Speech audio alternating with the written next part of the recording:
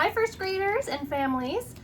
I'm really excited to meet you this week at Open House, and I wanted to give you a little overview of the things you're going to get when you pop into the classroom this week. So let's get started.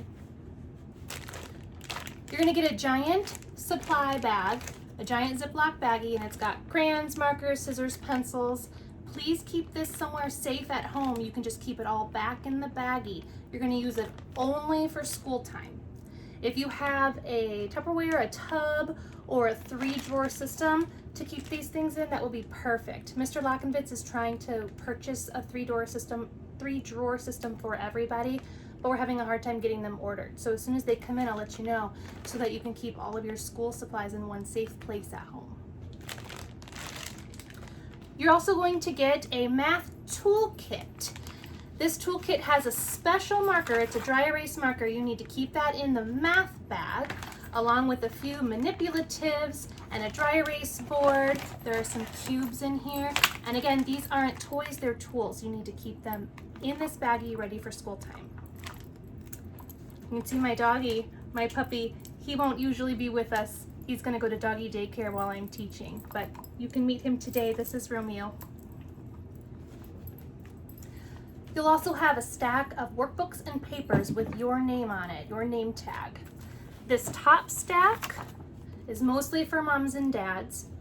It's got some information about the classroom, our websites, where to go for information, things like that. There is a reading strategies card on the back. First graders, you need to keep that with your school supplies. We're going to use that while we're working. Also for moms and dads, a handbook. This is for you to keep. Parents, I have one last thing for you. I call this the Million Words page. If you wouldn't mind writing a little bit about your students so I can get to know them this year, especially since I won't see them in person for a little while.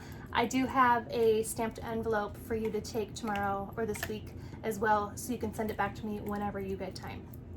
I have a bunch of workbooks for you. Keep all of these together. You can look through them if you want to, but please don't start to write in them or draw in them yet. We're going to use these together throughout this first month or so of school. You'll have a reading book, a PALS one, and it's pink. You'll have a phonics workbook like this. You'll have an orange handwriting book. You'll have a blue math minute book, and you'll have a green journal. Keep them all together. You're also going to have word cards all clipped together. If you want to cut these out, you can. Put them in a baggie or put them on a ring.